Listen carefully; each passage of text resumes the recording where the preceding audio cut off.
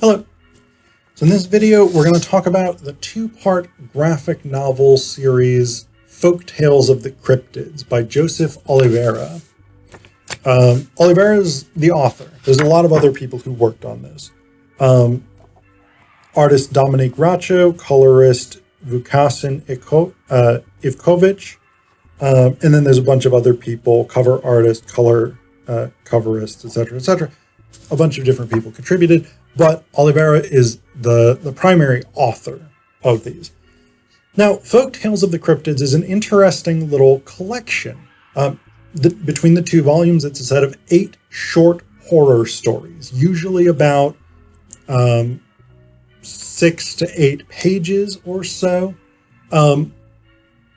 Each one of them focused on a different cryptid, cryptid being a cryptozoological creature, meaning essentially a pseudoscientific creature, one that is one that is believed to exist within folk cultures, but scientifically has never been established to actually exist. Bigfoot, the Loch Ness Monster, these are some of the most famous cryptids. Folktales of the Cryptids draws on 8 of them over the 8 stories. And they're interesting stories. They are horror stories, so, I mean, it is all about violence, death, gore, etc., etc. But the cryptids are very different in their sort of ethical outlook. Some are just sort of arbitrarily evil or malicious. Some of them seem to have social justice or animal rights or something like this at their heart. And some of them, yeah, so it's an interesting mix. Like in the first story, this small child, this baby, this woman has put her baby to sleep when this guy right here, it's a little bit dark. Let me see if this fellow right here shows up and is like, hey, that's a nice baby. I'll be taking that. And basically runs off with her baby, takes it down into a hole in the woods or whatever it is. And then the upshot of this is that the woman gets put in a mental institution because her baby has disappeared, and she's like, this crazy fucking little green goblin kind of guy came and stole my baby. And they're like, that doesn't check out. I've run the math on that, and it seems like you're insane. So, like, in this case, this is the first story, by the way, called Sunshine. In this case, you have a cryptid who is behaving very much arbitrarily. Like, we don't know what, if anything, motivates this cryptid. We don't know what it's doing with this baby. Like, it just steals this baby and destroys this woman's life and her husband's life, and presumably also the baby's life, although we don't hear anything more about the baby. The implication is that this cryptid has eaten it, but we don't know that for sure necessarily. So that's one approach that we get here. But then in the story Papa, we get a very different approach. We have a cryptid that rescues a deer from a hunter's deer snare, right? The clamped on its leg and traps the deer so hunters can shoot it without it actually being able to get away, kind of deal.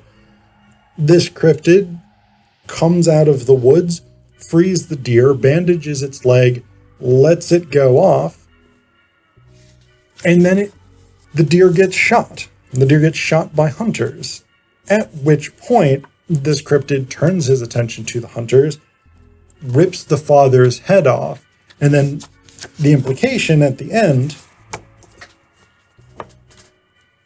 is that this cryptid is turning his attention to the son.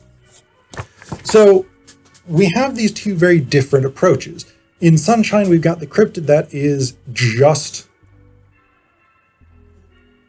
a horror story, just destroying people for the sake of destroying people, probably. Then in Papa, we've got a cryptid that is almost an animal rights crusader, right? Later on in Volume 1, in the story Romance is Dead, we have a cryptid who basically crucifies a potential date rapist by jamming sticks through him and hanging him in a tree. In Volume 2, in the first story, Spare Change, we have this group of teenagers who urinate on a homeless man and then stab him, and he turns into Rat Man and basically takes revenge by killing them, swarming over them with rats and tearing the flesh from their bones. So some of these stories are, here's just a malevolent evil that's out in the world for no particular reason, and some of them are, something has been done, and this cryptid is taking revenge, attempting to protect, whatever it is. So that's the gist of these stories.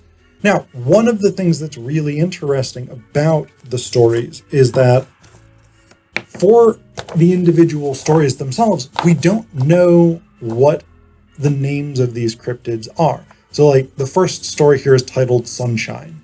Then we've got Papa. We've got Romance is Dead. I forget what the other one in this section is. Remember Me. So, and within the stories themselves, the cryptids are never named. So you read through these different stories and you're like, okay, I get it. This is horror and I'm on board with it. But you don't know what cryptids these are until the end, where we get this little cryptid folklore section. And these are just short 4-page things where the actual cryptids are briefly explained. So the first one, the one that steals the baby, is the Pukwudgie, which is a Eastern Woodlands Native American sprite, I guess, is the closest thing. Goblin, maybe. And it gives a little bit of information. So it's 2 to 3 feet tall, can appear and disappear at will, were once friendly to humans. And then we get a sort of overall description of what they do as a cryptid. So in this case, they're known to kidnap people, push them off cliffs, attack their victims with short knives and spears, and to use sand to blind their victims. So I actually think that's a really great approach that Oliveira has taken here, because in the stories themselves, you get this tension over what is this? What's going on? And that's almost like I imagine, I've never encountered a cryptid myself, but that seems like it's almost mimicking the experience of encountering a cryptid, where you're like, what the fuck is this crazy shit? But then at the end, you have that sort of explanation. So anybody who's like, I want to know more about this cryptid. I don't know anything about Pukwudgie or about the Momo or Jenny Greenteeth or whatever it is. You can go and look them up, because at the end you find out what they are. Now, there's one more thing I do want to say about this. The title, Folktales of the Cryptids, is a little potentially misleading, because some of these things are not proper folklore of these cryptids. I know a few of these cryptids. The biggest one that I know a decent amount of Mothman lore. I spent a decade of my adult life in West Virginia, the home of Mothman. I have watched a decent amount of Mothman material. In this story, Romance is Dead, that features the Mothman, Mothman crucifies this dude, would-be date rapist, and you know what? You don't hate to see it happen, because fuck that guy. I mean, I'm not sad that he gets some branches stuffed through him. That doesn't bother me whatsoever. But the thing is, that's not Mothman. And then Mothman sort of lands on this car at the end to terrorize the girl that he just saved from being date raped. That ain't Mothman. Mothman doesn't murder people. He doesn't jab sticks through them to crucify them. He doesn't seem concerned with date rape. Like, there are distinctive characteristics that Mothman has. He is a harbinger. He's an omen, probably. Possibly he's just a normal, giant, half-bird moth person out living his best Mothman life. Who knows? But he's not going around killing people. Like, the thing, to call it folk tales of the cryptids does imply that these are actual tales that folk tell. These are tales that people tell about these cryptids. And in at least some of the cases, they simply aren't.